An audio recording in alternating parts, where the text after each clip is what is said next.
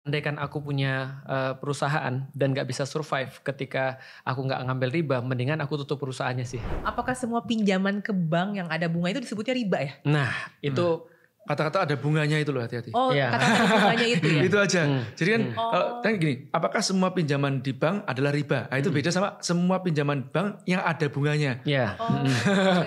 Karena riba itu dari makna bahasa artinya adalah bertumbuh Jadi pinjaman yang sebenarnya diperbolehkan pinjaman yang seperti gimana? tanpa riba. Jadi misalnya katakan aku yang mau minjemin nih, Iya, yang meminjamkan. Aku pinjemin 100.000. Betul. Baliknya 100.000 juga. Mesti balikin 100.000 juga. Betul. Tapi kalau misalnya Mm-mm. kalimatnya sedikit dirubah, Mm-mm. tapi ini bisnis bareng-bareng gak ada untung aku bagi ya. Nah, itu berarti bukan pinjaman. Ketika kita jualan sebenarnya itu ada gak sih batasan-batasan keuntungannya bisa mentok sampai berapa kali lipat yang masih dianggapnya tuh masih oke. Oke. Takutnya kalau dia bilang kalau ngecasnya kebanyakan dianggapnya kapitalis atau apa. Ya, kalau yang aku pelajari Mas ya, sebenarnya jual beli itu hanya ada dua yang menjadi penting tuh. Gimana kalau ada seseorang yang anggaplah dia nanyanya memberi contoh Pak Haji. Ada seorang Pak Haji sering bersedekah, mempekerjakan, pokoknya bisnisnya bagus lah, bisnisnya Betul. lurus. Tapi modalnya dari pinjaman bank, mungkin yang riba deh. Ya jangan yang pinjaman bank syariah lah ya. Iya. Bisnisnya berkah nggak?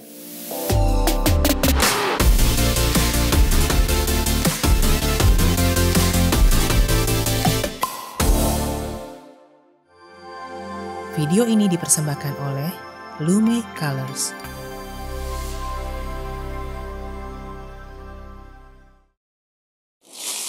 Banyak banget yang bertanya mengenai emang bisnis tanpa riba tuh bisa gitu kalau Nah. baru mulai. Topiknya itu. Oke. Oke, tapi ini udah dibikin flow pertanyaannya dari Oke. para netizen ya. Jadi kita mulai dari pertanyaan pertama dulu. Oke. Oh ini ke Ko Felix dulu. Asik. Ko Felix, kita dari kecil sudah dibentuk cara pikir kapitalis. Oke. Tanpa sadar kita pun jadi ikut sistem itu. Mm-mm. Tapi kalau kita ngambil untungnya pas-pasan, Oke. ya takut juga karyawan gak bisa digaji. Oke. Tapi kalau ikut sistem kapitalis rasanya kayak ninggalin prinsip. Gimana caranya biar kita bisa tetap waras dan sadar arah di tengah sistem yang seperti ini? Oke, aku mencoba untuk mengambil big picture-nya dulu ya, bahwa kapitalis itu bukan tentang mengambil untung yang besar sebenarnya. Ya. Kapitalis itu adalah tentang cara pandang bahwasanya, jadi gini, kapitalis itu adalah sebuah sistem yang hadir ketika pada saat itu Eropa itu tidak punya sistem ketika sudah memisahkan antara agama dan negara. Karena pada saat itu agama itu menjadi sebuah hal juga yang mengatur negara sebenarnya. Ketika mereka pisahin sistem itu, maka agama sendiri, negara sendiri. Maka mereka harus cari semacam kayak aturan-aturan pengganti daripada itu. Jadi dari sekulerisme dulu Dari kan ya? sekulerisme dulu, betul. Sekulerisme terjadi, baru sekulerisme ini punya anak banyak. Nah, salah satunya anaknya di bidang ekonomi itu namanya adalah kapitalisme. Dalam bidang pendidikan namanya adalah materialism. Artinya pendidikan tuh mendidik orang agar siapapun yang memiliki materi dia yang unggul atau dia yang mulia atau dia yang sukses. Dalam bidang politik jadi oportunis misalnya, atau tadi dalam bidang-bidang yang lain juga kayak dalam kehidupan hedonisme dan keserakahan. Lalu kemudian dalam bidang apa lagi muncullah isme-isme yang lain yang itu adalah negatif dalam pandangan kita tapi positif dalam pandangan mereka.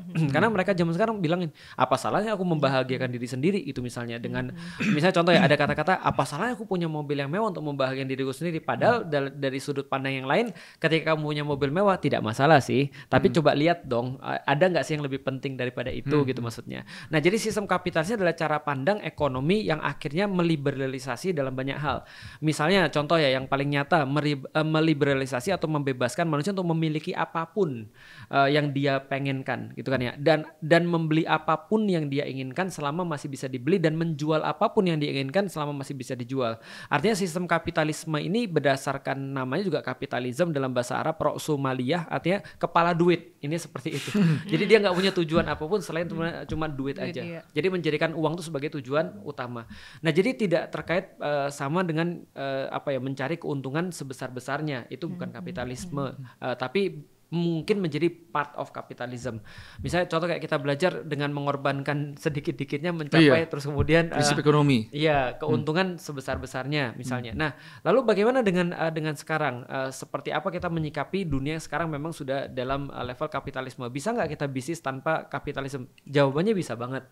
Artinya sebenarnya kapitalisme itu adalah sebuah sistem yang diambil untuk menguntungkan orang-orang yang punya kapital aja. Orang-orang kaya bertambah kaya dan orang-orang yang miskin bertambah miskin.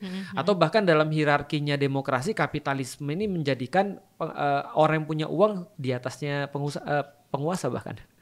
Karena kan pengusaha itu tadi yang disampaikan Mas Jaya tadi, funding kepada penguasa. Yang akhirnya penguasa melahirkan regulasi-regulasi yang nanti akan menguntungkan lagi pada para pengusaha itu. Jangan lupa dicuci duluan. Dicuci dulu, ya, money laundering. Dan itu adalah politik dagang sapi. Nah, bagi kita yang pengusaha-pengusaha kecil itu nggak ngaruh sebenarnya.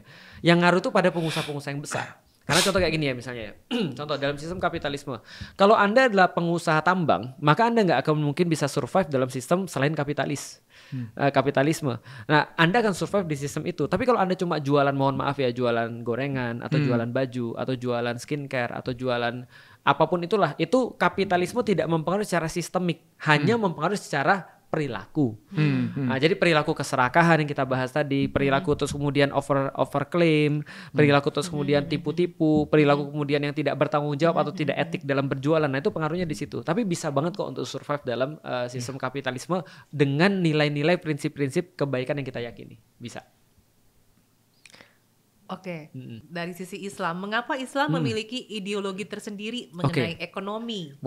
Dan seberapa jauh Islam bisa melindungi perekonomian masyarakat? Keren banget. Jadi gini, kalau kita lihat sistem perekonomian tadi kalau kita bahas ya, kapitalisme itu adalah berasal daripada tadi ketika agama ditinggalkan, para pengusaha bilang berikan kami kebebasan. Maka terus kemudian prinsip bahwasanya invisible hands ya, bahwasanya negara itu tidak punya kerjaan apapun kecuali meregulasi agar orang punya kebebasan dalam hal apapun, termasuk dalam hal ekonomi. Dia bisa menguasai apapun, dia bisa jual apapun, dia bisa beli apapun dan melakukan hampir apapun untuk bisa kemudian untuk hidup.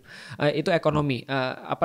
Mengambil sumber daya apapun itu adalah ekonomi. Nah, sistem ekonomi kapitalis. Respons daripada sistem ekonomi kapitalis adalah sistem ekonomi sosialis yang melihat bahwasanya nggak bisa begini. Maka utopia dalam sistem ekonomi sosialis mengatakan bahwasanya semua orang tidak boleh memiliki apapun.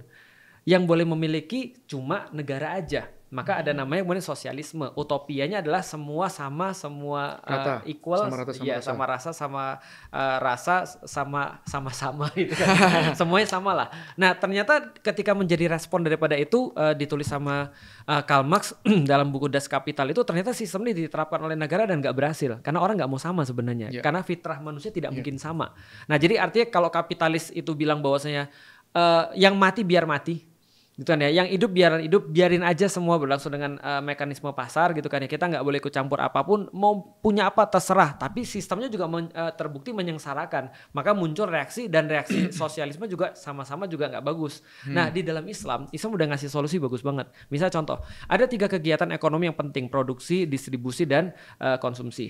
Sistem kapitalis dan sistem sosialis itu sama-sama mungkin berdasarkan produksi dan konsumsi, maka kita lihat pertumbuhan ekonomi itu banyak banget dipengaruhi oleh produksi dan konsumsi. Maka dalam sistem kapitalis misalnya subprime mortgage pada tahun 2008 itu kan karena oversupply. Karena kenapa? Karena orang dipaksa untuk konsumsi terus, dikasih insentif pajak, dikasih insentif apapun untuk bisa konsumsi terus. Punya rumah 1 kurang, rumah 2 lah. Rumah 3 kurang, rumah 3 lah. Bahkan kucing atau anjingmu dikasih rumah juga bagus gitu kan ya. Kami gratiskan deh pajaknya dan segala macam. Akhirnya blow up tuh karena subprime mortgage itu membuat orang-orang jadi over produksi, oversupply, overkonsumsi, akhirnya hancur. Nah, di dalam Islam kita melihat masalah itu bukan pada produksi dan konsumsi, tapi pada distribusi. Misalnya seperti itu. Contoh misalnya kayak gini ya. Pandangan Islam, semua bumi itu cukup bagi semua orang.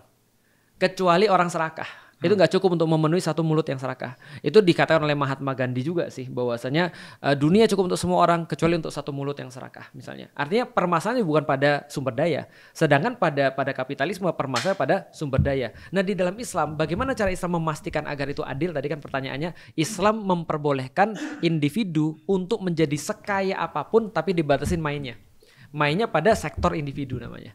Nah, dan ada sektor yang lain namanya sektor yang bisa dinikmati oleh semua orang. Tidak boleh terus kemudian orang individu ngambil sektor ini. Contoh seperti apa? Bumi, lalu kemudian padang rumput, api dan air, barang tambang. Itu nggak boleh dimiliki oleh individu. Asik ya? Coba bayangin nih. Kalau andai kan kita lihat sekarang ya, berapa potensi misalnya batu bara di Indonesia? Batu bara di Indonesia, aku nggak tahu potensinya sih. Tapi dengar sih Mas, katanya sekitar bisnisnya ya, yang ecek-eceknya aja 500 triliun per tahun. Itu kayaknya lebih daripada itu sih harusnya sih. 500 triliun per tahun misalnya. Andai kan ini tidak dikuasai sama individual, tapi dibagi rata untuk rakyat, seperti apa? Kayu perhutanan. Itu katanya yang dicuri aja per hari itu katanya 100 triliun katanya dicuri dari Indonesia kayu. Nah, bagaimana dengan bisnis kayu itu atau bisnis pertambangan yang lain? Islam nggak boleh untuk dimiliki oleh individu. Ini dimiliki oleh siapa? Dimiliki oleh masyarakat, warga.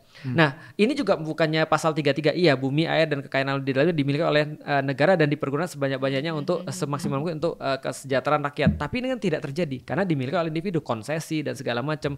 Nah, yang ketiga, negara itu juga punya sumber pendapatan sendiri dan tidak boleh overlap. Individu tidak boleh menguasai yang di sini, nggak boleh menguasai yang di negara juga. Negara nggak boleh menguasai yang di masyarakat dan atau individu. Jadi sekaya-kayanya orang bisa tapi terbatas. Nah, kalau itu udah terjadi, distribusinya bisa rata. Tapi ini apa namanya? Sistem Islam itu udah diadopsi oleh negara. Ada nggak sih negara yang sekarang nggak ada? Dulu ada. Kita bisa bilang kan makanya gini, ini kan terjadi suatu namanya penjajahan, akhirnya kan ya kapitalisme juga masuk menggantikan sistem pemikiran yang dahulu yang harusnya benar. Iya. Nah, ini contoh gini ya, Tin ya. Tadi menengahi sedikit ya. Sosialis ini anggap aja ekstrem kanan. Iya. Ya. Kapitalis itu kan ekstrem kiri. Ada kok jalan tengahnya juga kan gitu loh. Kalau guru kita nih mengatakan gini, kan saya tanya nih ke Abi Ihya juga. Abi, orang kaya itu sebenarnya boleh gak sih gitu? Loh, bukan masalah boleh, wajar. Tahu nggak? Kan IQ kita nggak sama kan? Iya, benar. Karena dikarenakan IQ nggak sama, makanya ada yang jadi pekerja, ada jadi pengusaha. Kan gitu loh. Nah, sudah wajar terjadi ada orang kaya, ada orang miskin. Ya, yang nggak wajar itu yang ngekepin kekayaannya. Dikarenakan dia kaya ini, dia kan mendistribusikan kekayaannya dia. Nah, distribusi kekayaan ada 3 nih kan. Betul. Ya, yang namanya sedekah atau infak gitu kan. Yang kedua namanya zakat, konsumsi. Ya, yang ketiga namanya investasi. Paham nggak ini maksud? Paham. Kan gini, misalkan dia perlu modal, ya aku invest. Tapi invest ini sebenarnya pada dasarnya ini niatnya duluan itu untuk pendistribusian. Karena apa? Karena pada saat aku mendapatkan kekayaan berlebih, aku tumpuk itu menjadi penyedatan perputaran perekonomian. Betul. Iya. Ya? Nah, ngerti ya? Makanya kita ada dikenal dengan namanya zakat mal, zakat kekayaan. Iya. Ini nanti perhatikan deh, konsep ini sangat indah ya dibandingkan jauh dengan namanya pajak. Ya jangan dibandingkan. Satu buatan manusia, satunya buatannya Allah gitu. Ya kan? Nah, nanti perhatiin baik-baik ya, konsep ini sangat luar biasa. Kenapa? Karena kalau orang itu tidak mengendapkan, artinya tidak. Misalnya, Tin, kalau kamu untung, untung kena pajak, bayar ke negara, wajar. Ya, besok kamu buntung, negara bayarin nggak? Nggak bayarin. Besok kamu untung lagi, kamu masih punya hutang sekian miliar. Untungmu dipotong pajak duluan nggak? Potong. Nah, baru bayar utang kan? Iya. Nah, kalau dalam Islam nggak seperti itu. Dalam Islam tidak terjadi pengendapan. Nggak usah bayar. Ya, nggak usah bayar. Dalam artinya gini, kan ada nilai 85 gram emas, kan? Terus haul 1 tahun, haul itu masih masa jangka waktu 1 tahun diendapkan, ya kan? Nah, ini baru kena zakat mal. Nah, kalau nggak kena. Artinya apa? Oh ya, aku kemarin buntung, terus aku untung lagi buat bayar hutang, itu nggak kena, karena nggak terjadi pengendapan. Harus dikurangi utang dulu. Dan secara nalar, ini kan terjadi pendistribusian kekayaan. Makanya begitu orang mengendap, dia kena tanda petik hukuman terhadap pengendapan kekayaannya dia. Karena ada haknya orang lain. Paham nggak ini maksud? Ngerti. Nah, baik. Tadi kan ada 3 tuh. 1 investasi, ya. Kedua konsumsi, ketiga infak bentuknya sedekah, zakat, macam-macam wakaf dan yang lain-lain. Ya kan? Nah, ini harus tahu nih. Kenapa? Karena begitu nomor 1 investasi. Kita niatkan duluan bahwa aku punya kelebihan nih. Ya ini punya haknya orang lain nih. Ya orang itu membutuhkan modal nih. Tak modalin. Jadi jangan tanya duluan, untungnya berapa? Jangan tanya gitu duluan. Kalau yang syariah nggak tanya begitu. Ini sebelum ngomong riba duluan nih. Soalnya teman-teman yang ngomong riba, kapitalis banget tuh seringkali. Dan gua gara-gara riba, gua rugi. Lu kalau untung, lu masih riba nggak? Ngerti ya? Padahal masih mau ternyata. Nah gitu loh. Ternyata orang yang rugi, ya gara-gara riba, itu kecil banget, 3,9% doang. Yang namanya NPL, non-performance loan. Ya kan? Nah yang untung itu lebih banyak kan, 90% lebih gitu loh. Lu kalau untung gimana? Makanya kalau kita bilang, lu kalau gara-gara riba, lu rugi, lu yang goblok kan gitu loh. Ya enggak? Lu yang kaya lebih banyak gitu loh. Kan? Nah kan namanya kan hutang itu financial leverage loh. Semakin kamu berhutang harusnya semakin kaya. Dalam artian tidak untuk konsumsi ya. Nah kan konsepnya seperti itu kan gitu loh. Orang kapitalis bilang seperti itu. Nah kembali lagi tadi, pas dia mau invest harusnya tak duluan dong. Sebentar, ini kamu invest buat apa? Iya ini aku buat bangun pabrik ya. Terus habis itu nambahin capital ya untuk mempekerjakan karyawan dan macam-macam. Good, kebermanfaatannya ada nih. Ambil. Kan gitu loh. Atau oh ya ini aku untuk biar hijabnya semakin banyak diproduksi karena untuk demand di sebelah sana gitu loh ya. Orang perlu hijab syar'i kan gitu. Good. Nah, itu niatnya udah bener duluan ya. Nah, itu kita modalin. Aku rugi enggak menjadi masalah. Kenapa? Ingat ya. Hukum kekekalan rezeki. Hukum kekekalan energi. Sama dengan hukum kekekalan rezeki. Oh, oke. Ya, kenapa? Energi itu tidak dapat dimusnahkan dan tidak dapat diciptakan ya. Sama, rezeki itu juga sudah ada di situ. Hanya berpindah tangan. Pas kita ini terjadi perpindahan tangan di situ, terjadi pembayaran gaji dan macam-macam, dia nggak hilang. Terjadi konsumsi, perputaran perekonomian terjadi lagi. Perhatikan baik-baik. Kuncinya sederhana, perputaran perekonomian. Yang kedua ya, investasi ya. Yang kedua adalah tadi konsumsi. Ya, aku belanja. Jadi saat jelek-jeleknya orang boros, paling baik itu adalah ya itu dia borosnya untuk sekitar, jangan borosnya import barang-barang import ya. Nah, itu nggak benar itu. Untuk kemewahan lah ya. Terus jalan-jalan ke luar negeri juga jangan gitu juga. Oke, kalau dia cuma konsumsi belanja ke sini itu bagus. Karena dengan dia konsumsi terjadi distribusi lagi kan. Perhatikan. Yang ketiga, orang miskin nanti ini juga butuh konsumsi. Ya, pas kita berikan dia bisa belanja, dia bisa makan, terjadi perputaran perekonomian lagi. Ngerti gak? Kuncinya ada di situ sebetulnya. Nah, jadi pada saat orang kaya itu wajar gak? Wajar. Kan itu sudah sunatullahnya itu hukum alamnya ya. Itu orang itu ada yang kaya, ada yang miskin. Ya. Nah, begitu pada saat orang ini kaya, ya dia harus mendistribusikan kayanya melalui 3 hal tadi itu. Paham yang maksudnya? Paham. Nah gitu. Makanya ada juga termasuk disebut namanya qardul hasan, pinjaman baik.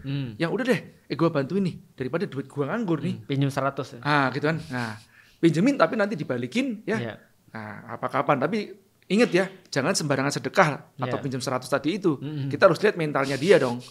Kan gitu loh. Ya kalau mentalnya ini enggak benar ya jangan dipinjemin seperti gitu kan gitu. Ya. Jadi sedekah, konsumsi sama investasi. Nah, itu sebetulnya cara kita mendistribusikan kekayaan kita. Paham ya? Nah, zaman dulu gitu juga dipecah-pecah seperti itu. Ya. Jadi gitu. dalam Islam tuh ekonomi itu duit itu kayak darah. Nggak boleh mampet. Betul. Dia harus ngalir terus. Kalau mau ditimbun boleh keluarin kemudian bayarannya. Bayarannya namanya zakat tadi. Nah, ketika itu semua bisa terfasilitasi dengan baik. Tapi dalam kapitalis enggak. Dalam kapitalis yang terjadi adalah pasti inequality. Kenapa? Karena kapitalis memperbolehkan tadi semuanya. Orang-orang yang punya capital akan lebih banyak lagi. Nah, di dalam Islam itu nggak akan diizinkan. Gitu. Jadi dibatasi dari awal. Tapi kenapa kayak even negara Islam sendiri tidak mengadopsi sistem itu ya? Nah, itu dia kerennya.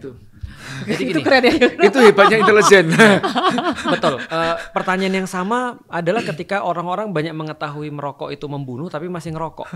Karena ternyata manusia tidak hanya dikendalikan oleh logika aja, tapi dikendalikan oleh sesuatu yang lain. Nafsu, ada emosi dan segala macam. Makanya di dalam Islam itu ya aku cuma ngambil ya mungkin mereka belum paham aja. Kalau mereka paham, mereka pasti akan melakukan apa yang dipahami oleh mereka. Tapi jangan lupa juga hidup ini tentang pertarungan antara baik dan buruk. Nah, yang buruk ini akan berorganisasi juga untuk melanjutkan gimana caranya agar keburukan ini terus terjadi gitu kan misalnya. Contoh misalnya kayak gini deh. Pertanyaan sederhana misalnya. Orang-orang banyak nanya, emang orang-orang punya, mohon maaf misalnya, perusahaan rokok apakah merokok? Jawabannya kan seringkali tidak. Artinya karena dia tahu gitu kan ya, bahwa ngerokok itu adalah membunuh, udah jelas banget ya. Tapi pertanyaannya sederhana, ketika kita ngomong misalnya, kok kamu masih ngerokok sih misalnya, atau kita ngadain campaign anti rokok misalnya, yang protes tuh orang-orang sendiri. Orang-orang yang ngerokok. Kenapa? Bukan orang yang menjadi perusahaannya. Karena perusahaan sudah membentuk satu community untuk mengatakan namanya false belief. Misalnya contoh, kalau misalnya perusahaan rokok misalnya tutup, siapa yang nanti akan mempekerjakan orang-orangnya? Atau ini kan juga devisa negara, padahal kita udah kasih tahu nih kerugian negara lebih besar daripada apa yang dikasih kepada negara misalnya. Nah, sesederhana itu sih sebenarnya, karena mereka juga bermain. Nah, tinggal siapa yang lebih cantik aja sebenarnya, gitu. Oke, nah sekarang lanjut lagi. Menurut Ko Felix, gimana perdagangan luar negeri dalam Islam seharusnya dijalankan? Apakah boleh semasif sekarang? Maksudnya import kayaknya ya perdagangan luar negeri ya. Atau justru perlu dikontrol ketat demi jaga kemandirian ekonomi umat? Ya, ini menarik Mas.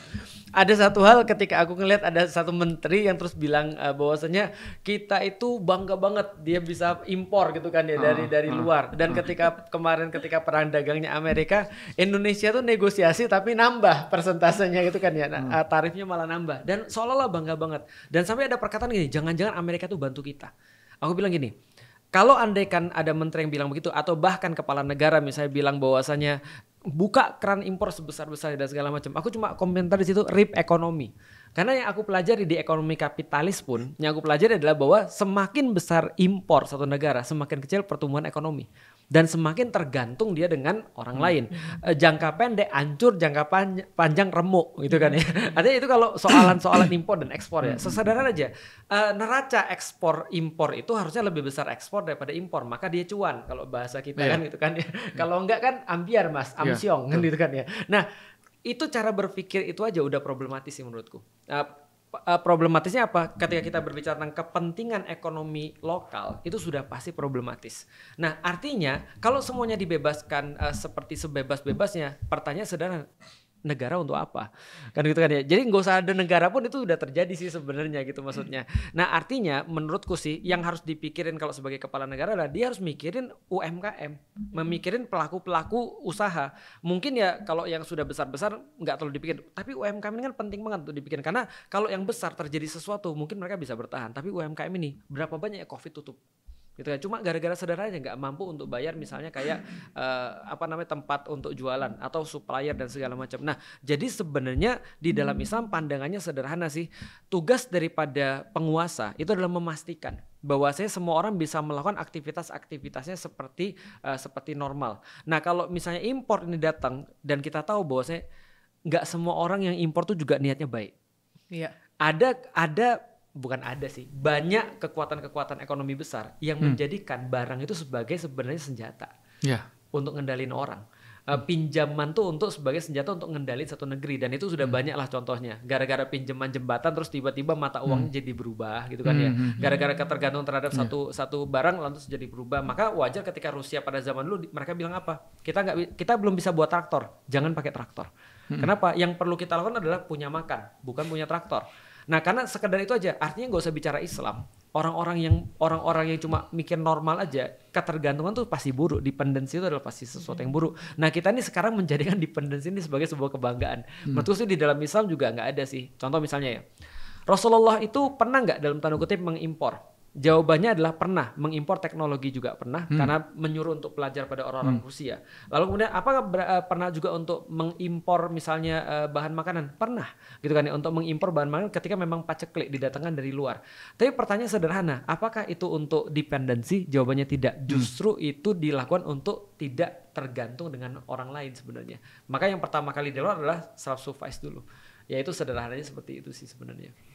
Ini menarik nih ya. Ini bahasanku nih insya Allah ya. Okay. Iya, ini dari tahun 2018 Mas ya. Nah, dan kan terakhir aku mengeluarkan podcast tentang negara maju atau mandiri kan. Iya. Nah itu kan jadi kan negara kita sekarang ini kan dikotomi oleh negara maju itu loh. Yeah. Ya, harus menjadi negara maju. Akhirnya harus kita begini. Harus membentuk yang namanya pertumbuhan perekonomian. Yeah. Karena kan hitungan pendapatan per kapita itu atau PDB ya per kapita itu kan dari jumlah angka produksi. Betul. Ya. Terus angka produksi maksudnya kalau kita produksi apa itu semuanya jumlahkan ya. Terus habis itu jasa plus penjualan jasa dibagi oleh jumlah penduduk. Itu per kapita. Itu tidak mencerminkan distribusi tadi. Benar. Paham ya? Artinya untuk mengejar angka ini saja PDB per kapita berapa? 10.000 itu. Kan kita masih 4.900 US dollar. Untuk mengejar itu yang harus dilakukan adalah apa? FDI misalnya katakan gitu. Foreign direct investment ataupun juga investasi berbentuk pabrik-pabrik, industrialisasi. Nah, perhatikan baik-baik. Industrialisasi ini ya nanti itu ngomong lagi dipicu oleh yang namanya keserakahan, menciptakan konsumsi berlebih atau materialisme tadi itu sebagai bahan bakarnya. Oke.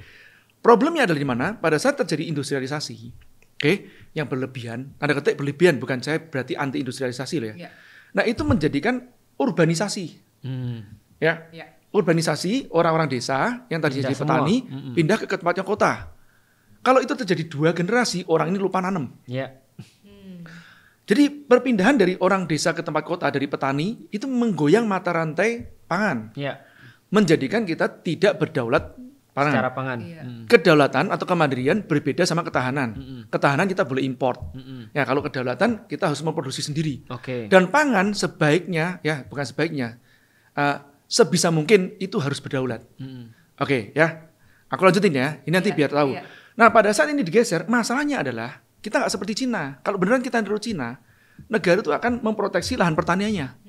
Tetap untuk diciptakan teknologi ya, terus habis itu petani tetap di situ kasih teknologi pangannya terjaga. Kita enggak. Ini pangan lahan pertanian menjadi alih fungsi menjadi lahan industri atau perumahan. Akhirnya lahan pertanian kita kurang. Ya, berusaha menciptakan yang sebenarnya food estate. Paham nggak sampai sini? Oke, lanjut ya. Nah, sekarang ini kalau terjadi deindustrialisasi, ingat loh, kapitalisme itu akan menemukan titik mentoknya. Perhatikan baik-baik. Ya, jadi konsumsi berlebih ini kalau dikatakan ya dari surveinya, kalau kita mau ngikutin gayanya Amerika sama Eropa dalam mengkonsumsi, ya bumi ini dibutuhkan 3 sampai 4 bumi. Ya. Ngerti ya? Itu. Nggak cukup, ngerti ya? Makanya kita terus nyetop angka konsumsi itu. Ini yang susah nih. Nanti mesti omongin sama teman-teman gaji karyawannya bagaimana. Ya, nah nanti ada caranya. Nanti balik ke pendidikan lagi itu. Ya, nah. Bagaimana intinya? Intinya sebetulnya kita harus ngerti duluan kedaulatan itu harus diciptakan dalam apa? Kebutuhan pokok kita. Ya tadi itu pangan dan yang lain-lain tadi itu kan. Kalau aku sih mengatakan sandang, pangan, papan, pendidikan, kesehatan, rohani. Ada 6 aspek ini. Oke. Nah makanya di podcastku juga tak omongin ya. Adakah negara ya yang tidak mandiri tapi dia cukup dan bahagia? Indeksnya kan bahagia. Ya. Nah ternyata ada. Nah, aku tidak mengatakan negara Islam lah gitu loh. Ya kita ngomong Bhutan malahan. Nah Bhutan ya. Nah Bhutan sama Costa Rica dikatakan begitu. Nah Bhutan sendiri itu kan dia berhasil menyelesaikan permasalahan itu. Dan ingat loh, dia pertaniannya dari mereka semuanya, dalam pangannya dari mereka semuanya. Dari dalam, nggak ada import. Ya import mungkin minor lah yang kebutuhan-kebutuhan yang keinginan sifatnya bukan kebutuhan. Ya toh? Nah ingat, nah Bhutan ini dia 70%-nya masih tetap hutan dipertahankan. Jadi tidak ada penambangan macam-macam gitu loh. Ya mungkin yang esensial saja lah gitu loh. Dan dengan cara yang bertanggung jawab. Ya, yang green kan.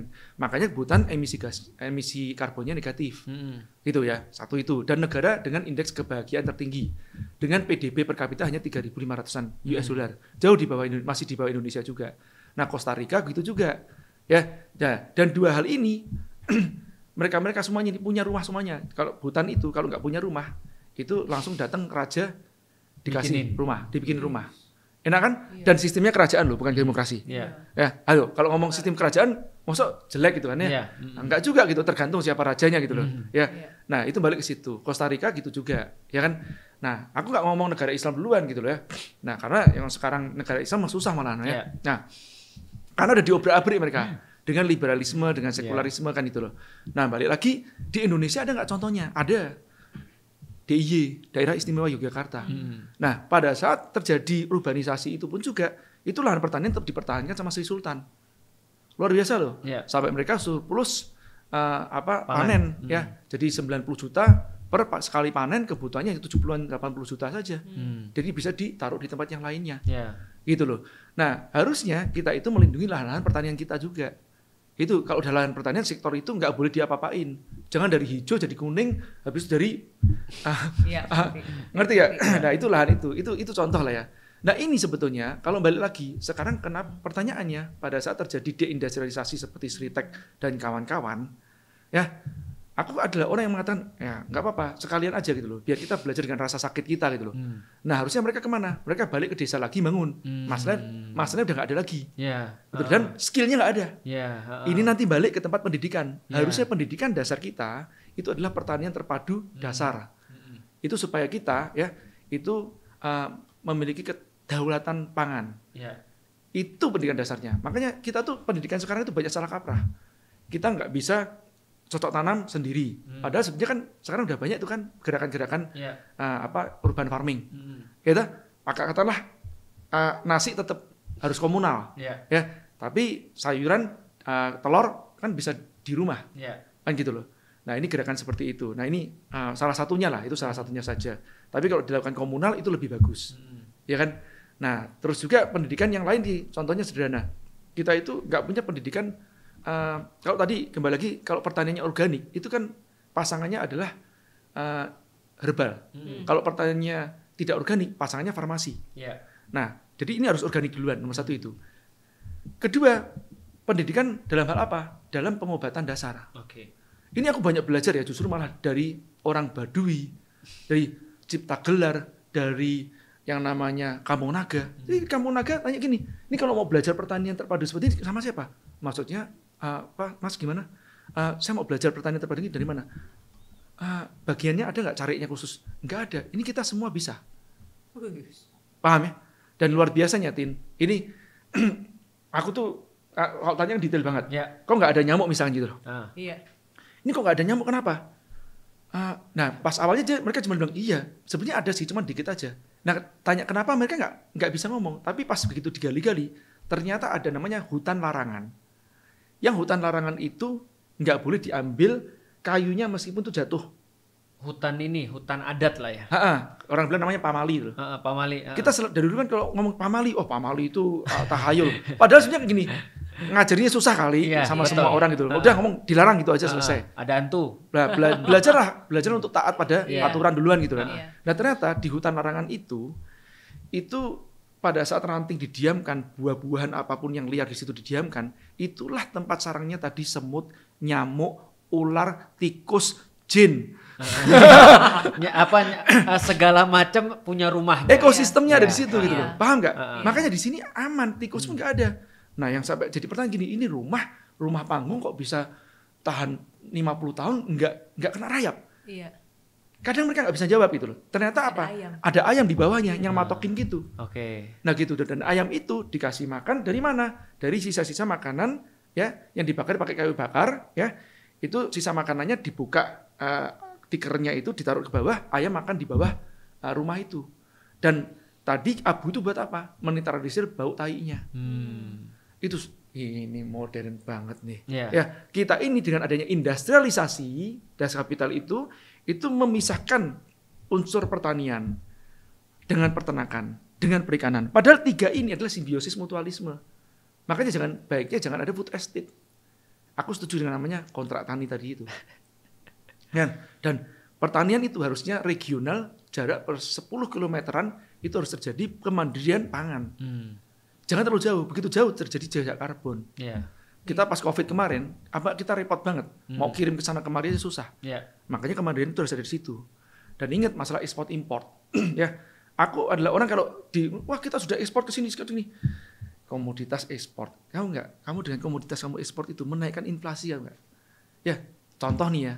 Kita itu kenapa kok makan lobster aja susah? Karena lobsternya diekspor. Jadi kita harus bersaing dengan harga di sana. Pada saat aku tinggal di Batam kan harusnya kan daerah maritim.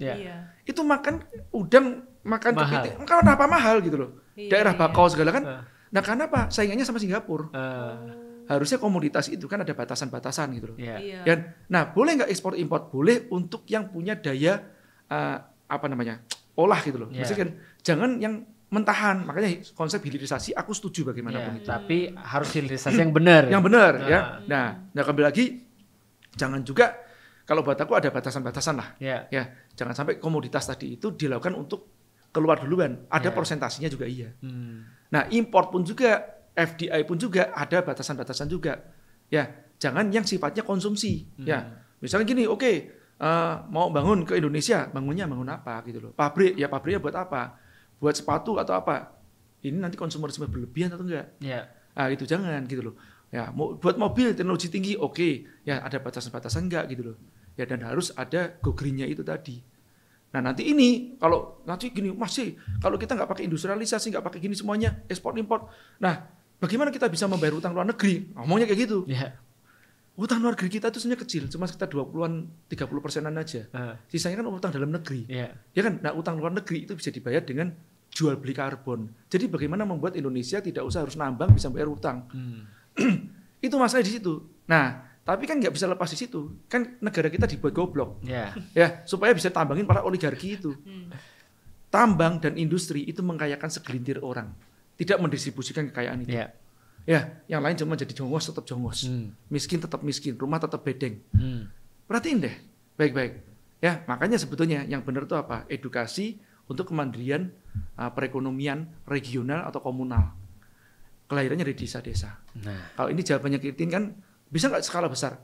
Nggak langsung skala besar. Dari desa-desa itu diduplikit. Ya, dari Umbul ada Ponggok tadi itu desa Ponggok itu diduplikit, dari Kampung Juragan itu diduplikit. Itu keinginan kita seperti itu. Menjadi kemakmuran komunal bersama nantinya jadi besar. Ya.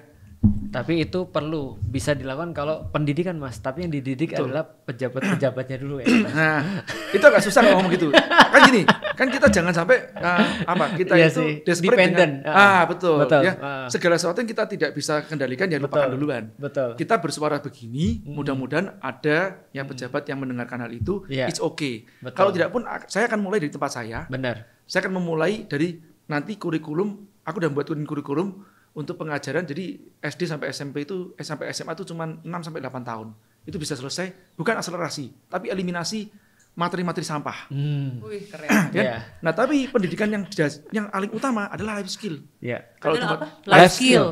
Ya, nomor satu pasti kan tauhid ya, atau agama duluan ya. Tauhid, akhlak adab, terus habis itu fikih, mengetahui hal haram. Selesai itu adalah life skill. Life skillnya tadi apa? Pertanian terpadu berdasarkan fasenya. SD mulai dilatih nanam toge. Gitu. Gampangnya gitu loh. Itu aja mati, Mas ya. Dia ngerti siklusnya duluan. Nah, nanti sampai lebih tinggian dikit nanti baru ke sawah ya. Baru ke budidaya yang lain. Ya, itu satu. Kedua tadi pengobatan dasar atau kesehatan dasar. Ya harus ngerti. Komunikasi jelas harus ngerti. Bela diri supaya ada ormas nggak langsung keder. Serius, anakku aja tak suruh belajar bela diri semuanya kan begitu loh. Ya, nah itu kan ini harus ngerti duluan. Ya paham kan? Nah, ya sisanya nanti itu pendidikan eksplorasi anak berdasarkan experiential learning. Jadi bukan dari teori kimia duluan, tidak nyampur. Jadi seperti ini. Baru belajar. Dia seneng. Jadi sabun. Ini teorinya seperti gini loh. Nah, kimianya seperti ini, fisikanya seperti ini. Itu kurikulum itu. Dan itu jihad kita ya untuk pendidikan. Luar biasa. Ya kan? Nah, menarik jadi, tapi ya. Menarik sebenarnya menarik untuk dikaji ya. Karena ya balik lagi. Ini aku tidak desperate. Ya, tidak ada kata desperate buat aku gitu loh. Karena ya insya Allah kan kalau doaku sendiri kan berikan aku ya pemahaman gitu kan. Rezeki dalam bentuk pemahaman. Mungkin tidak dalam bentuk uang kan, tapi dalam bentuk pemahaman. Aku bilang sama Kritin juga, aku sendiri sebenarnya saat ini aku sudah tidak tertarik untuk bisnis sebetulnya. Aku lebih memilih tertarik untuk mengembangkan ekosistem, membangun suatu ekosistem mandiri itu. Ya, dengan skala yang sekecil mungkin itu. Ya, yang gerakan kita nanti ini ya akan menjadi suatu percontohan bagi yang lain gitu loh. Ya, dan sebetulnya sudah ada sih kawan-kawan kita. Cuman kita tidak se-ekstrim. Jangan mikir, Mas J mau jadi kayak kampung Baduy. Siapa bilang? Saya tidak menolak teknologi, aku orang teknologi juga. Gitu. Kan berarti gitu. Teknologi itu kita gunakan untuk membantu, untuk akselerasi, memudahkan, memurahkan, mempercepat, kan gitu loh. Bukan mengganti. Bukan mengganti atau lagi mengendalikan kita. Teknologi itu yang salah kan di situ. Kan? Nah, coba deh, ayo kita debat masalah apa gitu kan ya, dalam masalah sistem perekonomian. Kan? Nah, ini yang harus kita pikirkan. Karena ini semuanya kan tersistem, Tin. Balik lagi tadi itu, aku akan balik ke berjamaah. Kejahatan aja dia berjamaah. Lah kita kebaikan kok kita tidak berjamaah. That is the problem. Apa yang membuat itu? Apa yang membuat kebaikan tidak berjamaah? Egois. Ego dan individualis. Ya, ego itu menciptakan individualisme kan? Akhirnya orang disekat-sekat oleh individunya.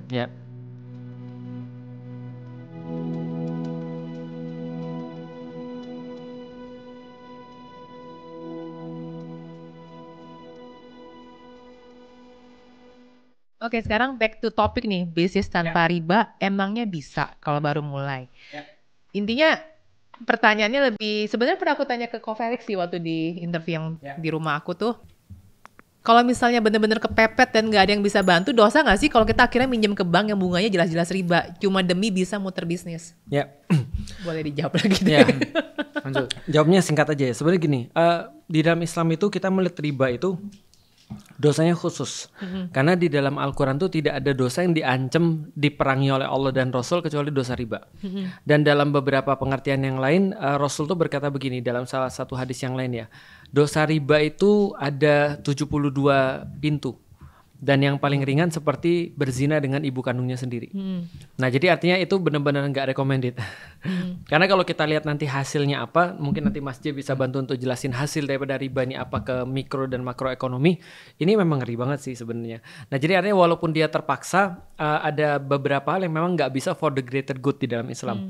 Artinya kalau di dalam Islam sebenarnya tidak ada, bahkan tidak ada kata-kata for the greater good. Kalau intensi kita mulia, tidak lantas menjadikan apapun yang kita lakukan bisa jadi pembenaran. Nah termasuk misalnya kalau aku ya, aku nggak bisa menstandarkan pada yang lain, tapi kalau aku andaikan aku punya perusahaan dan nggak bisa survive ketika aku nggak ngambil riba, mendingan aku tutup perusahaannya sih.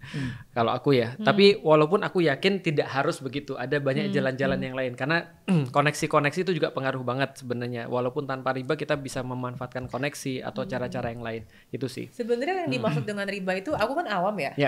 Apakah semua pinjaman ke bank yang ada bunga itu disebutnya riba ya? Nah, itu kata-kata ada bunganya itu loh, hati-hati. Oh, kata-kata bunganya itu ya? Itu aja. Jadi kan, kan gini, apakah semua pinjaman di bank adalah riba? Nah, itu beda sama semua pinjaman bank yang ada bunganya. Ya. Karena riba itu dari makna bahasa artinya adalah bertumbuh.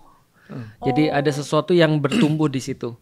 Nah, jadi riba kata-katanya adalah tumbuh, artinya beda dengan tumbuh dengan arti tadi zakat. Zakat juga ketika dikeluarkan artinya juga nanti akan bertumbuh, tapi tumbuhnya barokah. Iya, cuma ya kan zaman sekarang orang kan minjem duit juga belum, misal minjem sama saudara belum tentu dikasih. Betul, nah itu dia tuh. Nah, itu pakai pusing kan minjem kemana lagi. Lebih repot ya, ribet dan nanti ribut-ribut juga sama saudara daripada sama bank. Aku sepakat.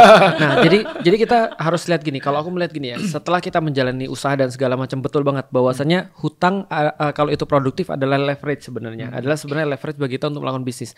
Hanya saja problematikanya bukan di hutangnya sebenarnya, tapi di ribanya. Nih aku bisa kasih sedikit daripada ini ya tentang bahaya riba.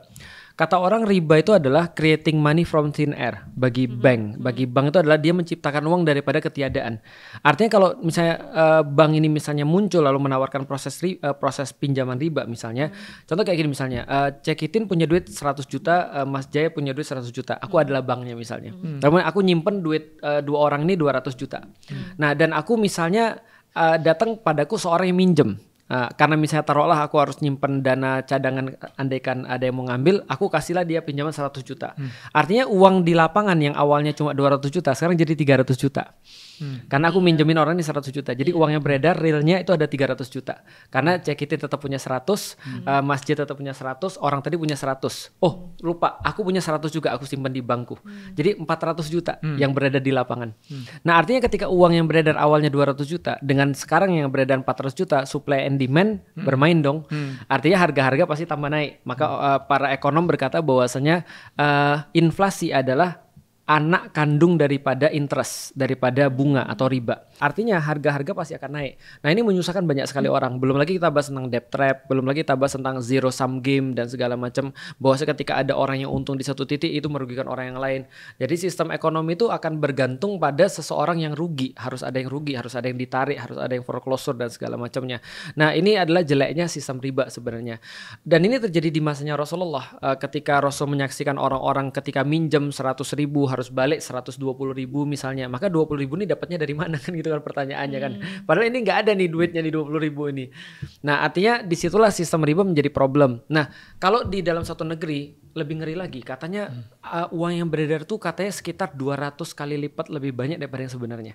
Dan akhirnya yang bermain adalah ekonomi-ekonomi yang non-real atau ekonomi-ekonomi yang bersifat kayak apa ya, nggak jelas, pseudo ekonomi. Sedangkan perputaran realnya nggak ada karena orang-orang lebih tertarik ke situ. Kalau Masjid tadi bahas tentang pengembangan usaha, salah satunya adalah dengan tadi investasi, itu juga nggak terjadi karena orang lebih aman untuk naruh ke riba sebenarnya daripada dia naruh kepada sistem yang benar-benar real, usaha ataupun segala macam yang lain. Tapi pada intinya sih ya, kalau ada orang misalnya dia nggak punya duit dan dia harus benar-benar ngambil riba, menurutku sih ya mendingan usahanya tutup. Berarti dia sudah saatnya mulai usaha yang lain. Jadi pinjaman yang sebenarnya diperbolehkan pinjaman yang seperti gimana? Tanpa riba. Jadi misalnya katakan aku yang mau minjemin nih, yang meminjamkan, aku pinjemin 100.000. Betul. Baliknya 100.000 juga. Mesti balikin 100.000 juga. Betul. Tapi kalau misalnya kalimatnya sedikit dirubah. Tapi ini bisnis bareng-bareng, gak ada untung, aku bagi ya. Nah, itu berarti bukan pinjaman. Oh gitu, investasi. Investasi. Oh. Tapi lebih tepat juga nih, gini, pinjemnya jangan pakai rupiah. Nah, ngerti ya? Karena kalau pakai rupiah, balikin 100.000 tetap 100.000 tahun depan, inflasi. Pinjemnya pakai emas. Ya, itu lebih aman sih bagi yang minjemin juga. Ya, pinjemin. Kalau investasi beda. Kalau aku invest ya. Nah, kalau rugi ya sudah, hilang nggak apa-apa. Gitu kan, rugi tanggung rugi. Ya, betul. Contoh kayak gini misalnya, kalau ada orang leasing motor itu riba. Tapi kalau ada orang misalnya ada karyawan ke CC lalu bilang ini, C boleh nggak aku misalnya kita bikin satu sistem jual beli yang Islami, tapi aku nggak punya uang nih. Jadi CC bilang, oke, kamu mau beli motor apa misalnya? Oke, motor ini harganya berapa? 25 juta. Oke, aku jual ke kamu 30 juta, mau nggak? Kamu nyicil selama 12 bulan. Nah, itu boleh. Itu boleh. Atau 30 bulan, sebulan kamu cicil 1 juta. Itu boleh. Cece beliin dulu, kemudian Cece punya untung di situ 5 juta, dia bayar per bulan. Nah, itu jual beli namanya, bukan riba.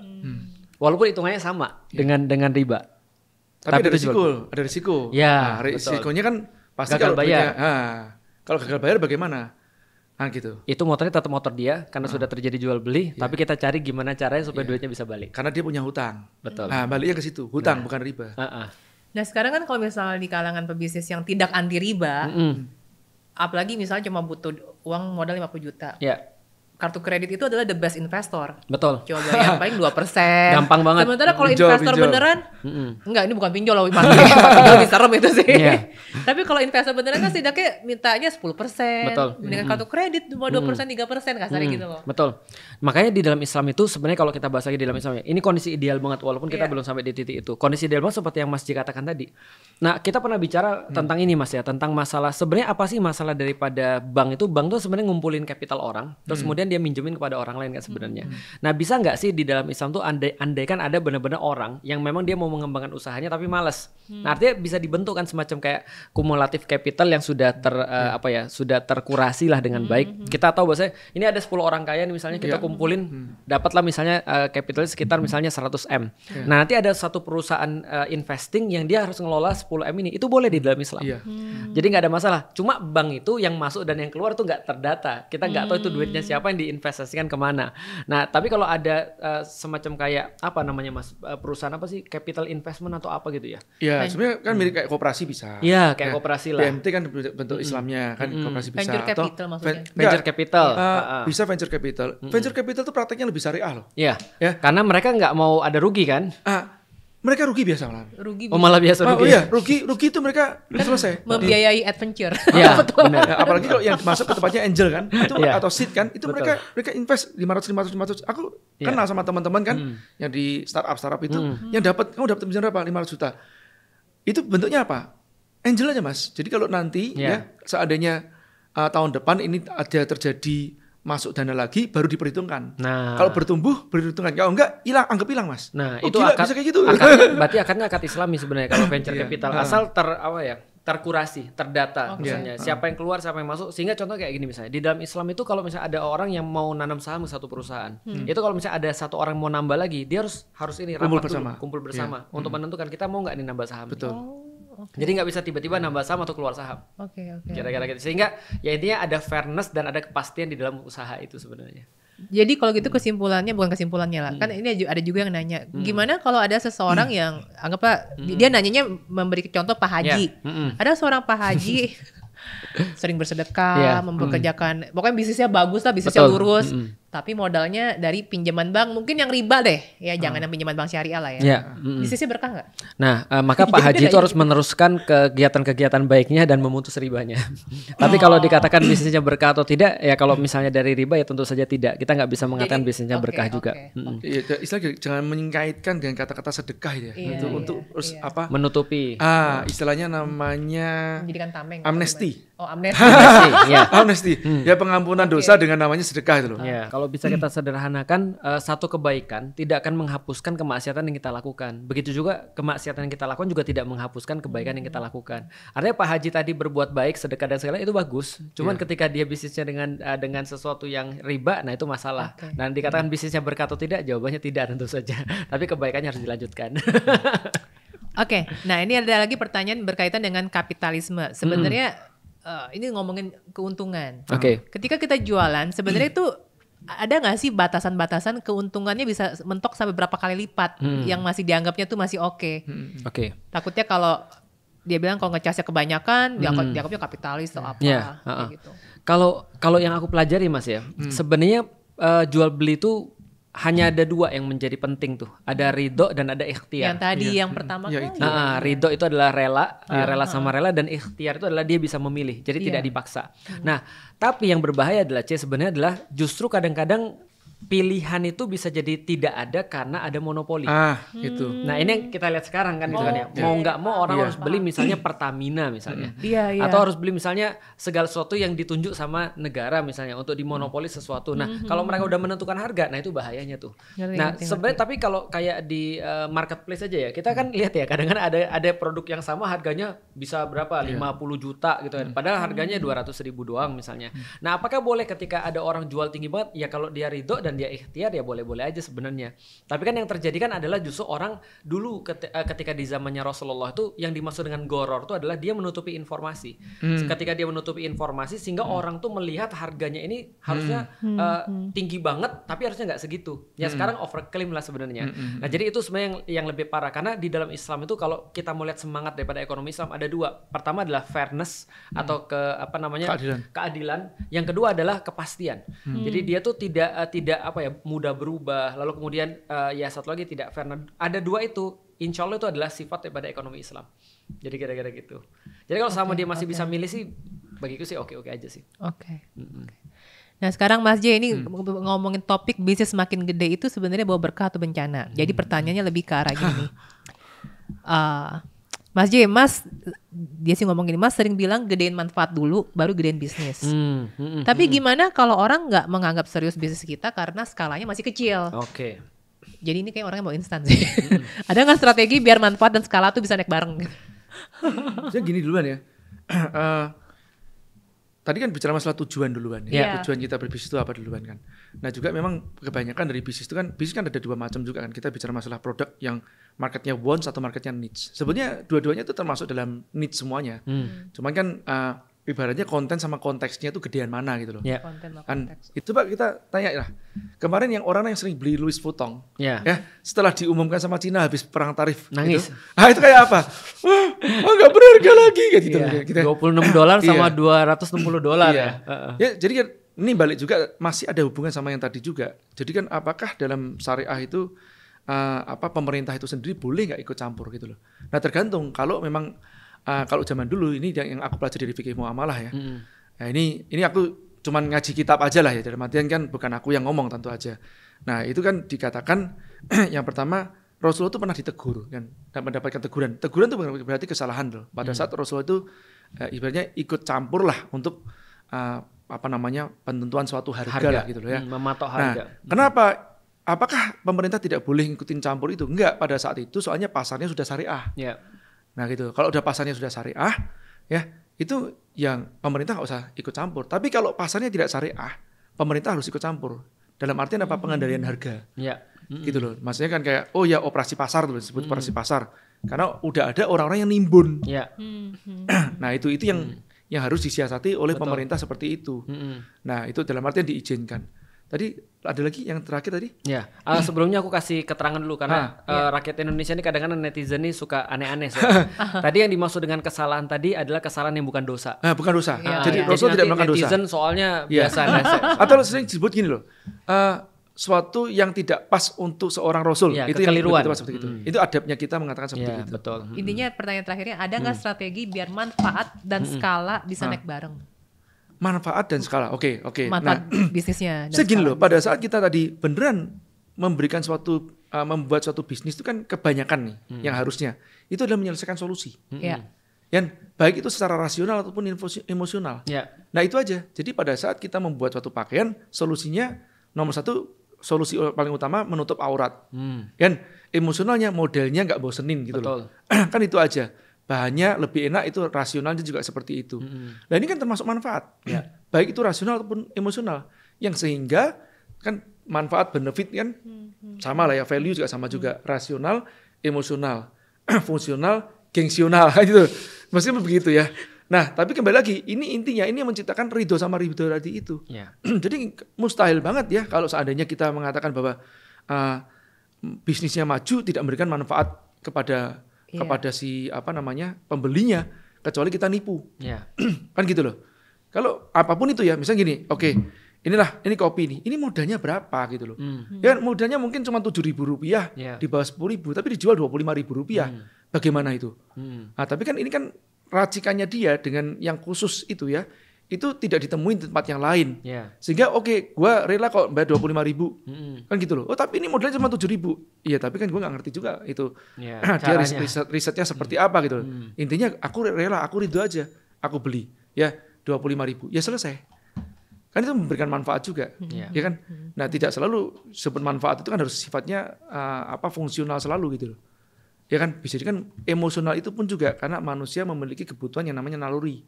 Bukan sekedar bicara masalah kebutuhan hajat doang. Kan gitu. Artinya kalau misalnya ini bisa aja sih Mas ya. Orang manfaatnya gede, bisnisnya juga gede. Bahkan sebenarnya beriring ya. Harusnya iya gitu kan. Karena intinya memuaskan pelanggan kan. Kan bisnis itu apa sih? Satisfying customer, profitable ya the company kan gitu loh. Jadi dia harus satisfied duluan. Intinya di situ. Nah, satisfied itu kan manfaat. Baik secara rasional ataupun emosional. Ya, betul. Tapi mungkin ketika Mas J ngomong gedein dulu manfaatnya, baru terus kemudian mikirin menggedekan bisnisnya. Karena di dalam Islam manfaat juga ada tambahan sih. Sesuatu yang bermanfaat itu artinya sesuatu yang menambah kebaikan. Balik lagi. Jadi contoh misalnya, Homer misalnya manfaat nggak di dalam Islam? Jawabannya tidak. Walaupun mungkin ada orang yang menganggap itu bermanfaat atau satisfying. Nah jadi maksud Mas J itu adalah kamu mikir dulu. Jadi gini. Mungkin lebih tepatnya memulai dengan pertanyaan manfaat apa yang bisa saya berikan. Karena dulu ketika aku belajar marketing, yang aku pelajari adalah apa yang menjadi manfaat bagi orang ketika beli produk aku. Jadi selalu itu yang kita pikirin, baru setelah itu kita bisa upscaling gitu. Istilah kan gini, kita kalau bicara masalah bisnis model canvas kan mulai dari value proposition. Benar. Gitu lah ya. Nah, tapi value proposition ini dimulai dari customer segment. Artinya kita harus riset duluan. Si market ini butuhnya apa. Baik secara rasional ataupun emosional. Sehingga membentuk suatu value proposition itu. Ya kan? Nah tadi kita balik lagi ke pertanyaan yang orang tadi nggak bisa maju dengan cara yang bersih. Menurut aku nggak gitu. Ini risetku ya. Tentang UKM yang ada di Indonesia. Itu mayoritas aku ngomong. Males riset. Maunya ATP. Amat itu plug gitu loh. Amat ditiru murahin Mas. Itu ATM berarti ya. Tapi menurutku bukan hanya produsen sih Mas. Hampir semua orang Indonesia begitu. Nah itu yang membuat bisnisnya tidak sustain. Ya kan, coba kalau dia punya diferensiasi yang kuat. Jadi saya bilang gini, apalagi udah ngomong brand. Ya, ini kita branding kan gini. Sebentar, lo sebelum ngomong branding, ya diferensiasimu itu apa? Jangan-jangan kamu gak ngerti branding itu apa. Atau gitu. Kepada siapa kamu menjual aja dia gak tahu. Nah itu. Ya seringkali ya itulah latah. Ya budaya latah itu aku kalau ngelihat yang tadi gitu, toh buktinya di lingkaran saya ya itu sendiri itu teman-teman ya insya Allah bisnisnya ya cara-cara berkah yang dia lakuin ya nggak miskin juga loh. Nah sekarang gimana biar ketika bisnis makin gede tuh membawa berkah bukan bencana. Maksudnya bencana tuh kan kadang duit makin banyak atau kalau yang tadinya partneran jadi ribut. Nggak usah ngomongin internal ya, ngomongin eksternal atau didatengin ormas, premanisme. Belum lagi pajak. Kalau ormas sih singkirkan dulu ya, itu faktor eksternal ya. Pajak apalagi ya? Pajak apalagi itu kan. Buat tahu gini ya, yang paling penting nomor satu gini duluan kan, kalau bicara masalah berkah itu bicara masalah apanya yang dijual. Nah, terus kepada siapa kan gitu ya. Terus bagaimana cara menjualnya kan itu loh. Ini penting. Nah, ini kan proses semuanya nih kan. Nanti itu yang kita jagain. Itu duluan aja. Jadi jangan nanti kita menjualnya produknya yang tadi itu yang nggak bener kan gitu loh. Nah, memuaskan pelanggan tapi nanti produknya narkoba kan. Nah, nggak bisa gitu memuaskan pelanggan juga gitu loh. Kalau itu nggak perlu marketing nggak ya Mas? Jadi menurut Mas J sebenarnya semua orang bisa aja jadi ini ngomongnya kaya lah ya, lewat usaha yang lurus-lurus aja, tanpa nipu, tanpa fake review. Nah, tapi kata-kata bicara bisa aja kaya itu baiknya jangan di situ duluan. Iya sih, sebenarnya saya kurang gitu suka. Ngerti nggak? Yang maksud. Jadi teman-teman targetnya bukan kaya. Niatnya dibenerin duluan. Ya, sebenarnya pertanyaannya lebih, masa iya bisa kaya tanpa ada harga batin yang harus dibayar? Nah, saya akan tanya kenapa Anda harus kaya gitu loh. Gitu loh ya. Betul. Nah, itu duluan karena kan kita tidak diperintahkan untuk jadi kaya. Iya, ada to be, ada to have. Kalau kaya itu lebih kepada to have. Sedangkan kalau misalnya dia tanya, kenapa kamu mau jualan, misalnya dari awal kita tanya, supaya aku bisa mengasihi anakku makanan yang halal, aku bisa kontribusi kepada dakwah lebih bagus, aku bisa membantu orang-orang di sekitarku. Nah itu to have. Itu to be. Bukan to have-nya. Jadi kayanya nggak wajib, yang wajib yang tadi itu. Ya kaya itu buat aku sih bonus. Bukan jalan ya. Kalau jalan salah lagi juga. Kita harus kaya agar dapat bersedekah, agar dapat bermanfaat bagi sesama. Enggak juga salah sih. Gitu. Soalnya kalau kita agar dapat bermanfaat, volunteer atau relawan-relawan di daerah itu bermanfaat bagi sesama. Iya. Ya, lebih daripada mungkin kita mohon maaf loh. Ya, apakah mereka kaya? Tidak gitu loh. Tapi mereka sukses. Yes. Iya. Dalam kacamata mana? Ya, karena ucapan kalau kita harus kaya supaya kita bisa sedekah itu bisa dibantah. Iya. Bisa dibantah banget bahwa saya kalau ada orang yang nggak sedekah ketika dia nggak punya uang, apalagi sudah punya uang. Biasanya tambah kikir. Nggak masuk. Ya, Oke, nah ini ada lagi pertanyaan lanjutan dari sebelumnya waktu. Jadi dia kurang happy lah dengan jawaban Felix waktu di interview pertama yang ngomongin kompetitor. Kan kalau menurut Felix kompetitor itu ya sah-sah aja gitu loh, walaupun dia lebih murah. Ya terus intinya dia bertanya ya sekarang kalau itu jadi merusak ekosistem, ya dengan banyaknya perang harga sebenarnya mungkin pembeli kan merasa diuntungkan kan, ada yang paling lebih murah. Tapi itu kan imbasnya kan jangka panjang. Misalnya saya yang di yang dijahatin lah, bukan dijahatin, produk saya ditiru, dimurahin, tadinya saya bisa bayar karyawan gimana, akhirnya saya gencet karyawan gajinya dikurangin, saya gencet lagi pabrik minta harga bahan baku, ya kan udah kayak lingkaran setan lah. Betul. Nah, jadi gimana cara menyikapinya gitu? Kalau misalnya setiap kali kita melakukan diferensiasi ditiru lagi. Aku secara pribadi ya, ketika aku coba untuk menjawab dengan pengalamanku, nanti mungkin bisa dikoreksi atau ditambahin Mas J. Aku mencari bisnis pertama yang aku punya keunggulan kompetitif yang cukup tinggi. Artinya yang hampir nggak bisa ditiru. Kalaupun contoh misalnya ya, aku bikin tour travel misalnya, untuk pergi ke satu tempat, aku nggak jualan tour travel seperti itinerary yang lain. Yaitu adalah memang custom aku aja gitu, tailor made. Tapi kesulitannya adalah susah di upscaling. Karena perlu akunya, karena kan namanya keunggulan kompetitif ya akan sangat sulit ditiru sampai aku susah untuk di upscaling kan itu kan ya. Nah, jadi aku main di situ.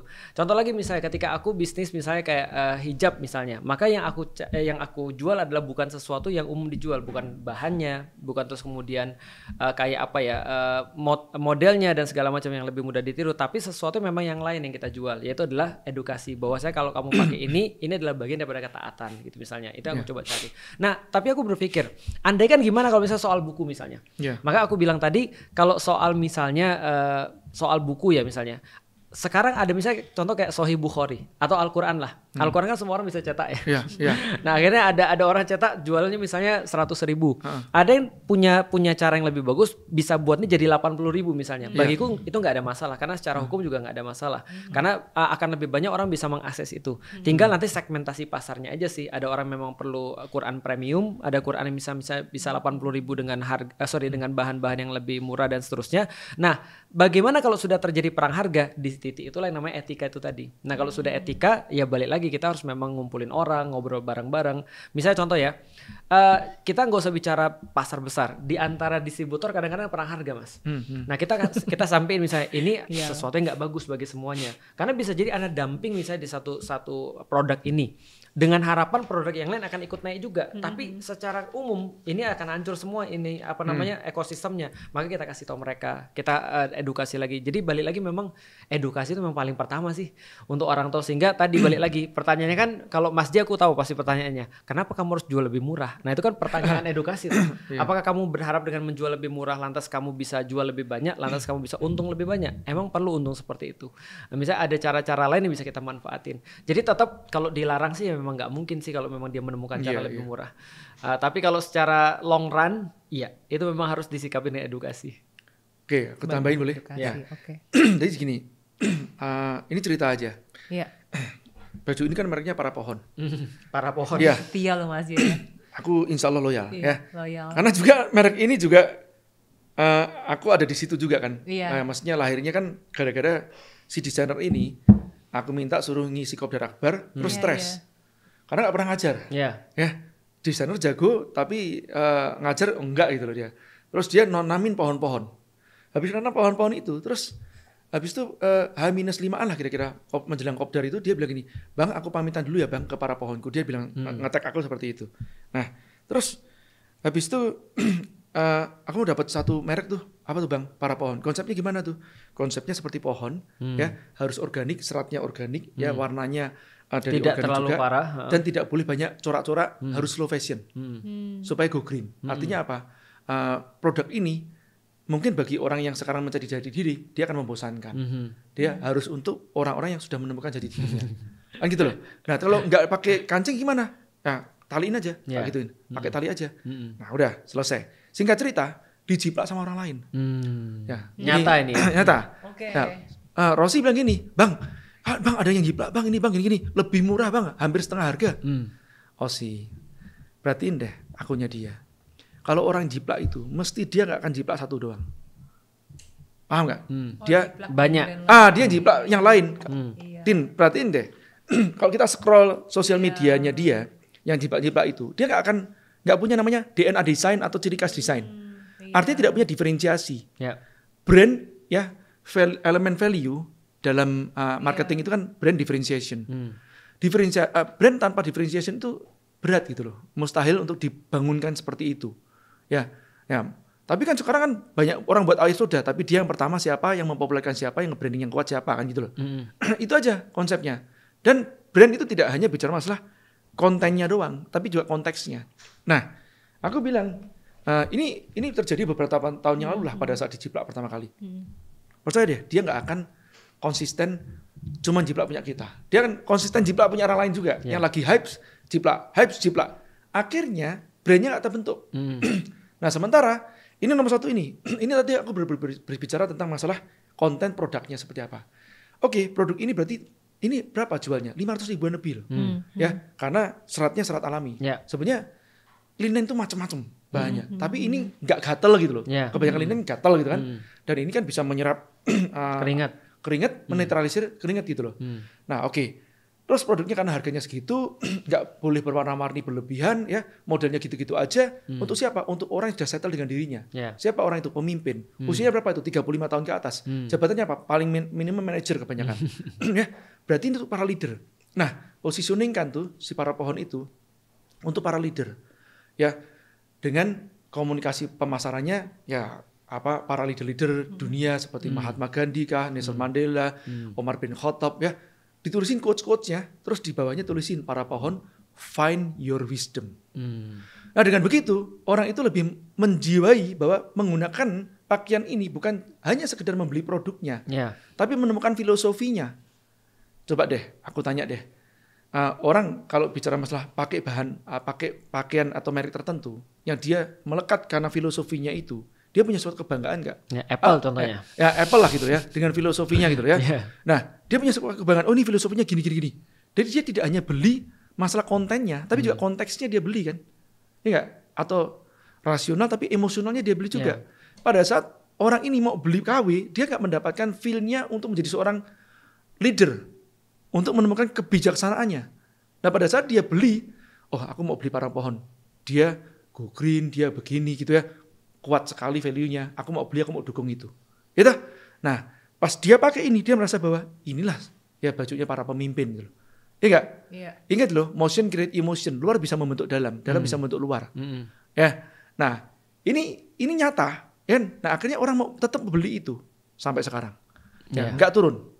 Ya, ini permintaannya naik terus gitu. Dan menurutku kalau ada yang niru itu sebagai sebuah picuan bagi kita untuk segera berkreasi yang baru sih. Iya.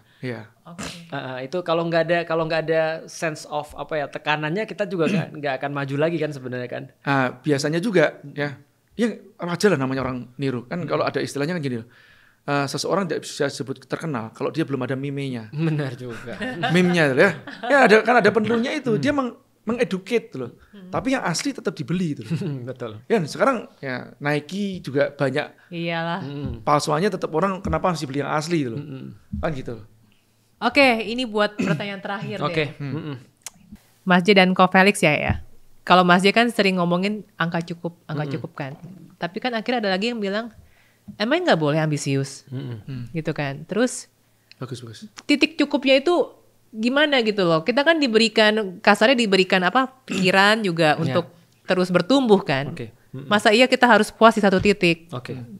Ya, intinya tetap ibaratnya emang nggak boleh ambisius. Tapi kalaupun terus berambisius, garis finishnya tuh gimana nentuinnya? Bagus. Udah itu aja pertanyaan terakhir.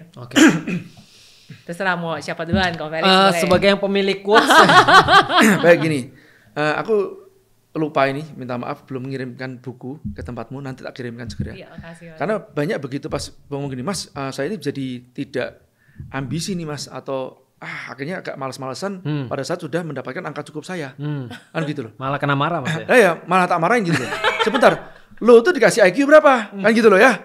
Nah, dengan IQ-mu yang tinggi itu, kamu punya responsibility tahu enggak? Intinya dari angka cukup itu, ya, kamu itu mendapatkan angka cukupmu sudah dapat untuk kamu. Kamu bantu orang lain tuh dapatin angka cukupmu, black kan gitu loh. Iya enggak? Artinya apa maksudnya? Ya bukan berarti kamu salah kaprah tentang memaknai angka cukup gitu loh. Kan kalau dalam 7 Habits itu kan ada nama The 8 Habit kan? Betul. Find your wisdom and inspire others to find theirs kan gitu loh. Kan gitu loh. Nah sama, kamu dapatkan angka cukupmu dan bantu orang lain untuk mendapatkan angka cukupnya. Karena kamu dikasih kelebihan di sinimu, dikasih kelebihan di jaringanmu gitu loh. Nah, makanya balik lagi, sedekah itu juga itu macam-macam, sedekah waktumu, sedekah jaringanmu. Mau nggak bukain waktumu, bukain jaringanmu ke tempat orang lain yang tadi mungkin kamu tidak dapat komisi. Mau nggak bukain knowledge-mu kan, ngajarin biar orang tidak reinventing the wheel terus, mulai dari awal lagi. Ya kan? Mau nggak duitmu bahkan ya, ayo diinvestkan ke tempat teman-teman gitu kan, untuk bantuin mereka dan siap kehilangan. Tanda tanya itu. Ya enggak? Ya, dengan kita memahami angka cukup itu, kita kecilin, gue segini cukup, enggak usah bermewahan, ya. Nah, kita bantu, ya. Itu kan. Nah, aku kok yakin duitnya. Aku bilang begini nih. Aku tuh kalau toh pun aku ditaruh suatu tempat gitu ya. Aku udah misalnya dapatlah cukup semuanya. Aku enggak akan aku bisa diem. Ya. Ngerti enggak maksudnya? Banyak diomongin itu. Bakal pensiun enggak sih, Mas J? Aku bingung kata pensiun tuh dalam konotasi apa. Kalau tidak mencari maksudnya mikirin duit melulu ya atau bisnis ya itu dari kapan-kapan. Udah gitu kan. Nggak mikirin duit. Iya. Nah, masalahnya adalah ya nggak masalah itu. Kan aku tetap masih nulis, aku tetap masih kenapa aku podcast? Tahu sendiri, aku orangnya nggak suka ngeposting. Tapi kenapa aku podcast? Buat aku ini masalah ideologi. Ini masalah perang ideologi gitu. Kalau aku tidak ikut bersuara juga, ya nanti yang menang yang rame, itu loh, yang jahat itu kan. Nah makanya aku kan berusaha menggeser ideologi, mau itu disukai sama orang, gak sukai sama orang, karena masalahnya mereka belum paham saja kan gitu loh. Yan, ini bukan bicara masalah angka cukupku lagi nih. Yan, nah hal yang sama juga. Kenapa bicara masalah kamu juragan? Kenapa bicara masalah yuk bisnis? Ya yuk bisnis pun juga. Aku ini rugi, ya. Nah nggak mikirin untuk untung atau balik untung gitu ya. Kalau seandainya aku bisa duitin, mungkin tak duitin terusan gitu loh. Nah, paling enggak udah selesai. Harapanku ini bisa masuk ke dalam regulasi. Gitu loh. Itu end gameku salah satunya di situ kan. Sebelum nanti yang kalau lebih besar lagi. Yang lebih besar lagi kan sistem perekonomian mandiri yang rahmatan lil alamin itu. Amin. Tapi yang satu tadi ini, aku mikirin bagaimana ya UKM itu. Nah, ini kan udah cukup nih. Bagaimana UKM ini tidak Squid Game gitu loh. Ya naik sebentar turun. Kayak kenapa aku bilang gini Tat? Aku bilang sama teman-teman gini. Hafalanmu bertambah, hafalan kita bertambah 1 tahun tuh berapa banyak sih? Kita ngaji 1 minggu cuma 1 kali. Gimana kita bisa belajar bahasa Arab, membaca kitab-kitab 1 tahun kita cuma dapat 1 kitab. Lalu gitu. Harusnya kita tiap hari, tapi kita nggak punya waktu untuk itu. Kenapa nggak punya waktu itu? Untuk kerja, untuk kejar-kejaran. Yang bisnis harus ya tadi itu kan. Ngejar setoran terus. Kenapa? Karena tidak terjadi ekosistem kebaikan dalam situ. Jadi tidak terjadi kestabilan. Kalau terjadi simbiosis mutualisme, itu bisnis kita lebih relatif stabil. Kayak zaman dulu, bisnis kita lebih relatif stabil dibandingkan sekarang. Karena sekarang diciptakan hyper competition. Ngerti nggak? Nah itu perlunya namanya regulasi. Ya, nah inilah yang sedang kita upayakan, memasukkan ya UKM ini dalam regulasinya pemerintah, dalam ekosistemnya. Apa itu bisa? Itu loh BUMN itu bisa. BUMN itu bisa, mohon maaf ya, BUMN banyak yang tidak profesional pun juga, tapi dia sampai sekarang masih jalan dan stabil kok. Karena ada 2 hal, monopoli, regulasi. Diperlukan nggak? Diperlukan untuk yang menyangkut hajat hidup orang banyak. Tapi saat ini pasar itu tidak terjadi regulasi. Nah, dibiarkan bebas UKM bersaing sama barang-barang Cina, nggak bisa dong. Ya, nah itu ya. Jadi ya inilah setelah kita selesai dengan diri kita sendiri, ayo kita bantu orang lain. Ya, itu kuncinya sih menurutku. Artinya mengetahui batasan itu tidak membatasi ambisi seharusnya. Harusnya malah mempertajam ambisi. Contoh kayak gini ya. Aku pernah bilang sama orang, seseorang tidak akan pernah hidup sebelum dia siap mati. Tapi masalahnya adalah kalau dia cuma mikirin mati doang, akhirnya dia nggak mau hidup gitu kan ya. Nah itu bahasan yang salah, bahasan yang tidak produktif. Dalam Islam tuh bahasan yang tidak bermanfaat. Jadi bahasan yang tidak bermanfaat adalah ketika tidak menambah kepada apa yang kita inginkan, produktif misalnya. Jadi bahasanya contoh ya, kita banyak bahas informasi, dia jadi nggak mulai usaha. Itu namanya ilmu yang tidak bermanfaat.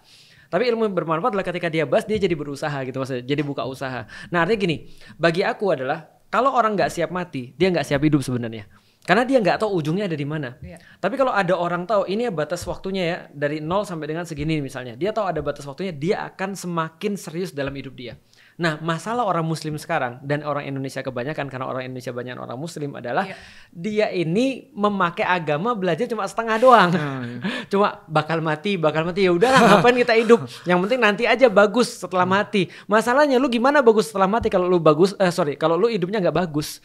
Nah, artinya ketika dia memahami bahwasanya ini adalah batas cukupku, dia jadi ngerti banget karena kayak orang berdiri udah benar-benar firm dan dia bisa melakukan apapun dengan itu.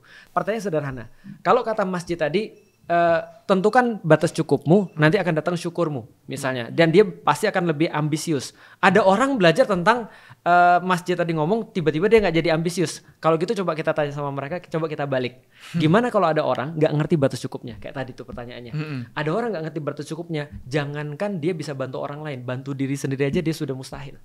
Karena dia nggak ngerti batas cukupnya sampai di mana. Dia jadi kayak apa ya? Dia jadi kayak orang buta terus kemudian nyari jalan keluar. Ngawang-ngawang nggak ngerti apa-apa. Nah, tapi kalau kita udah tahu batas cukup kita, oke, aku cukup sampai di titik ini. Nah, kita lebih bisa untuk maksimal untuk bantu orang lain atau untuk melakukan sesuatu dalam hidup kita. Atau dia ambisinya ya untuk berlebihan buat dirinya, akhirnya tidak bermanfaat bagi orang lain. Ya. Bisa kita katakan nggak mungkin sih orang bisa bermanfaat bagi orang lain kalau dia nggak ngerti batas cukupnya dia. Kalau misalnya kata orang yang bisa easy on other, hard on yourself, itu adalah orang yang paling benar. Artinya dia sudah tahu sih batas untuk dirinya cukupnya segini. Ini adalah hard on ourselves misalnya. Tapi kita easy on other. Pisau kan nggak dua-duanya harus tajam, karena kita harus pegang atasnya. Nah itu batasnya begitu. Kita harus tahu batasnya kita supaya kita bisa bantu orang lain. Luar biasa. Makasih banget Mas Jay, makasih banget Pak Felix. Ini kesempatan langka banget. Apa baru kali ini berdua ya di masuk podcast ya? Baru kali ini. Murid dan gurunya. Enggak lah, apa nih? Aku anaknya loh. Oke guys, thank you banget buat semua yang udah nonton. Sampai jumpa di podcast saya berikutnya. Dadah. Bye-bye. Makasih banget loh Jay. Tidaklah masalah berapa kali kita gagal. Tidak penting berapa kali kita hampir berhasil.